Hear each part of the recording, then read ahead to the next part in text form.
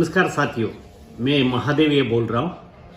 आज कोई बाहर नहीं गया, इसलिए सोशल मीडिया में कुछ मुद्दों को लेके हमारा बात रख सके, ये आप लोग का नया लोगों के पास जाने के लिए ये करने का हम लोग कोशिश कर रहा है।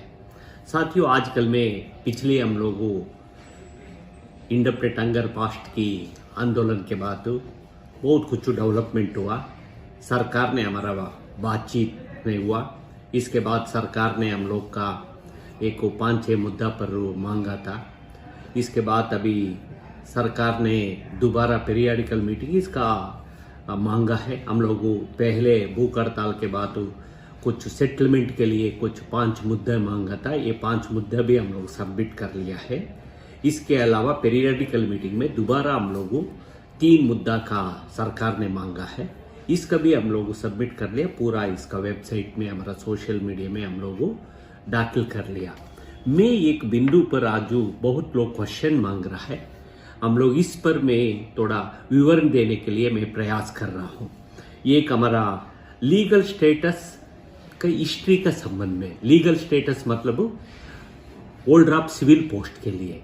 सिविल पोस्ट मतलब 8 घंटा काम, 8 घंटा का सारे सुविधा। इस संबंध में आज का दिन में नया जीडीएसपी डिपार्टमेंट में आ रहा है। बहुत लोग पदोन्नति हो रहा है।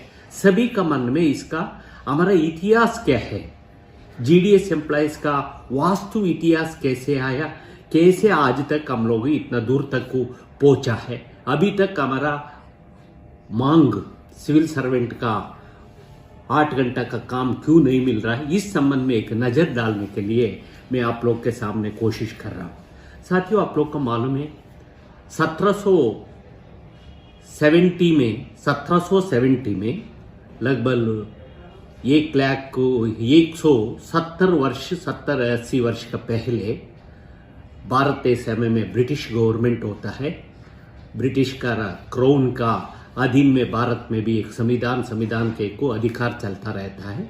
ये लोग एक टाइम में 1760 में 1780 में रेलवे, पोस्टल इत्यादि कुछ एस्टैब्लिशमेंट का शुरू करता है।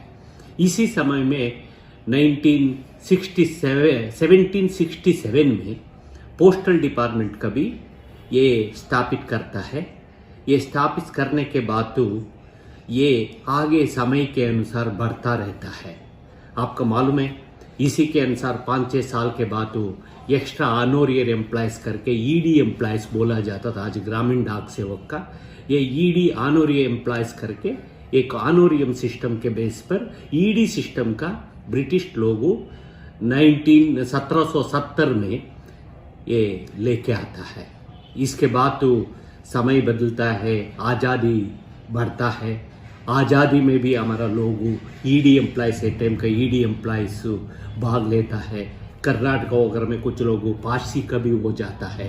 एक कर्नाटक में एक रायण्णा करके एक बड़ा आंदोलन है, उनके ऊपर बड़ा इतिहास है। ये भी एक ईडी का रनर का काम करता रहता है, उनको फांसी होता है। आज भी उन्होंने हीरो है इन कर्नाटक का इतिहास के अंदर पूरा साउथ का इतिहास में। इसी तरह हमारा जीडीएस एम्प्लॉयज को आंदोलन में अदर इधर उनसे कैसे होता है, इससे मदद करके चलता रहता है। 1947 में आज़ादी होता है। आज़ादी के बाद तो ये हमारा जीडीएस का, आज का जीडीएस का एटे में ईडी एम्प्लॉयज का लगभग 47,000 पूरा अनडिवाइडेड इंडिया में, मतलब एटे में पाकिस्तान में भी, हमारे हिंदुस्तान में था, इंडिया इधर एक तरफ से बांग्लादेश का, सारे मिला के ये टाइम में 47,000 होता है। बांग्लादेश का होने के पहले पाकिस्तान के साथ तो कुछ हजार जीडीएस होता है। ये आज़ादी का 1947 में आज़ादी इंडिया के साथ 27,000 जीडीएस एम्प्लॉयज इंडिया में रह जाता है। इसके बाद तो ये इसका पहले 1946 में ब्रिटिश गवर्नमेंट में पहले पे कमीशन का गठित करता है। ये पहले पे कमीशन में टर्म्स एंड रेफरेंस में ईडी एम्प्लॉयज भी शामिल होता है। परंतु आज़ादी होने के बाद तो आज़ाद भारत के सरकारों ने ये टाइम में ब्यूरोक्राट्स ने खासकर ईडी एम्प्लॉयज के लिए ये टाइम में 25-12 रुपए तनख्वाह मिलता है। इसका 25 रुपए करने के लिए रिकमेंडेशन करता है फर्स्ट पे कमीशन ने। और 1946 का फर्स्ट पे कमीशन में हमारा टाइम फैक्टर आज का पॉइंट सिस्टम भी अनसाइंटिफिक बोला जाता है। ये टाइम में फर्स्ट पे कमीशन ये बोलता है ये कर्मचारी अपॉइंटमेंट होने के बाद भारत सरकारों कोई विभाग के कोई जगह में काम करने हो तो उनको चल के अटेंडेंस रजिस्टर में साइन किए हो तो काम लेने का काम उन एडमिनिस्ट्रेशन के ऊपर होता है। इसलिए ये पॉइंट सिस्टम अनसाइंटिफिक करके पहले पे कमीशन बता देता है, परंतु इस फर्स्ट पे कमीशन का लागू नहीं होता। ये ईडी एम्प्लॉयज के लिए ये बेनिफिट नहीं मिलता, आज तक भी अधूरे में है हम लोगों। इसके बाद तो 10 साल ऐसे चुप हो जाता है, ईडी के संबंध में कोई पूछता नहीं, जीडी के संबंध में टाइम में कोई आंदोलन नहीं, कोई संगठन नहीं। हम लोग अधर इधर P3 P4 के साथ कुछ संघर्षों में अधर इधर भाग लेके साथ में रहता है। इसके बाद 1967 में 66-67 में राजन कमेटी एक को गठित करता है। राजन एक को डीडीजी था, पोस्ट एंड टेलीकॉम का ऑफिसर। उन्होंने 2 साल पूरा ये देश का स्टडी करने के बाद उन्होंने कर्मचारी का स्टेटस नहीं देता है, उन्होंने तनख्वाह बढ़ाने का बात नहीं करता। फाइनली उन्होंने ऑनोरियम 50 पैसा बढ़ाने के लिए बोलता है, 50 पैसे। ये देश में इसका भी चुपचाप हो जाता है। फिर 70s में दोबारा एक कमेटी आता है, ये कमेटी का नाम है मदन किशोर कमेटी।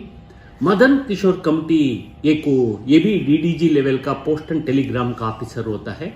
उन्होंने पूरा 1 साल देश घूमने के बाद उन्होंने डिपार्टमेंट एटीएम का पोस्ट एंड टेलीग्राफ एडमिनिस्ट्रेशन का मध्यांतर रिपोर्ट देता है। इस रिपोर्ट में बोलता है जीडीएस एम्प्लॉयज मतलब ईडी एम्प्लॉयज ये टाइम में ये अनएम्प्लॉयमेंट के कारण पूरा इधर काम करने के लिए ग्रामीण क्षेत्र और इस क्षेत्र से आ रहा है, इसलिए उनको 100% तनख्वाह देना चाहिए, मतलब 8 घंटा का काम देना चाहिए, 8 घंटा का देना चाहिए करके उन्होंने मध्यांतर रिपोर्ट में देता है। इसके बाद ये टाइम में पीएनटी बोर्ड ने उनको बुला के पूछता है, वार्न करता है ये टाइम का डीजी ने, आप यदि डिपार्टमेंट में काम करना हो तो आप ठीक ठाक रिपोर्ट देना, नहीं हो तो आप रिजाइन करो करके बोलने के बाद तो फाइनल रिपोर्ट में बोलता है मैं देश भर में घुमा गया, परंतु जीडीएस एम्प्लॉयज का गांवों में कम रेट में सब्जी मिल जाता है, कम रेट में अनाज मिल जाता है, इसलिए अभी ये मैं बोलता मुझे उनको 100% तनख्वाह देने का जरूरत नहीं है, इवन 70-80% तनख्वाह दे दिए हो तो भी उनको चलेगा करके उन्होंने सिफारिश करता है। फाइनली इसका भी लागू नहीं होता। बाद में इसका तनख्वाह 30-40-50 हजार रुपए कुछ होता है। ये सिस्टम यही में जीडीएस एम्प्लॉयज का मतलब आज का जीडीएस एम्प्लॉयज का एक वर्चस्व उनको ऊपर पढ़ा लिखा लोग है। आज का दिन में बहुत पोस्ट ग्रेजुएट स्टूडेंट हर क्षेत्र का हर बहुत एफिशिएंट जीडीएस आज पोस्टल डिपार्टमेंट में आ रहा है, कंप्यूटर में काम कर रहा है, मोबाइल में, इवन डिपार्टमेंट से अच्छा हमारा जीडीएस एम्प्लॉयज का कार्यभार आज अच्छा चला रहा है। परंतु ये टाइम में ये कमेटियों में लिखा जाता था ईडी एम्प्लॉयज का हैंड राइटिंग अच्छा नहीं है, ये दबाव में ठीक से नहीं लिखता, उन्होंने ये ठीक करना चाहिए। इस तरह समय समय के अनुसार ये लोग क्रिटिसाइज सर पे ये करता है, परंतु कोई सुविधा नहीं देता। इसी के बाद तो सावूर कमेटी आता है 1977 में।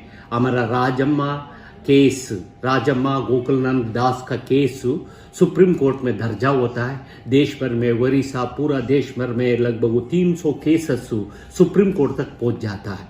क्या ये टाइम में ईडी एम्प्लॉयज का स्टेटस है, ईडी एम्प्लॉयज का अपॉइंटमेंट भी करता था और अगले दिन को उनको निकाल भी सकता था, क्यों सो कास्ट नोटिस भी नहीं देता था। पूरा देश भर से ये केस आने के बाद राजम्मा केस और गोकुलानंद केस के आधार पर सुप्रीम कोर्ट में लार्जर बेंच ने बोला जाता है ईडी एम्प्लॉयज का स्टेटस है ओल्डर ऑफ सिविल पोस्ट है, यदि 8 घंटा का नहीं हो तो 5 घंटा का ये पद ये ओल्ड्राप सिविल पोस्ट है, मतलब आज भी हम लोग 5 घंटे के लिए ओल्ड्राप सिविल पोस्ट है। ये टाइम में सुप्रीम कोर्ट ये बोलता है मास्टर एंड सर्वेंट का बीच में रिलेशनशिप है। जीडी एम्प्लॉयज का भी अपॉइंटमेंट एक ऑफिसर ने करता है, उनके ऊपर एडमिनिस्ट्रेटिव रूलिंग भी एक ऑफिसर होता है। यदि उनको शिक्षा देना हो तो उनको चार्जशीट और उनको कोई पनिशमेंट डिसमिस करने का काम भी एक ऑफिसर करता है। इसलिए ये मास्टर एंड सर्वेंट का रिलेशन है, ये ओल्ड्राप सिविल पोस्ट है। और ईडी एम्प्लॉयज का पहले भी 10 साल के पहले भी और 50 साल के पहले भी ईडी एम्प्लॉयज था, फिर उन्होंने रिटायर्ड हो गया, छोड़ दिया, मर गया, बाद में भी उनको अभी इसी पद पर दूसरे आदमी आके काम कर रहा है। इसलिए सुप्रीम कोर्ट ने 1977 में ईडी एम्प्लॉयज ओल्ड्राप सिविल पोस्ट 8 घंटा करना ही 5 घंटे के लिए बोलता हमारा एडमिनिस्ट्रेशन का ये करने के बाद।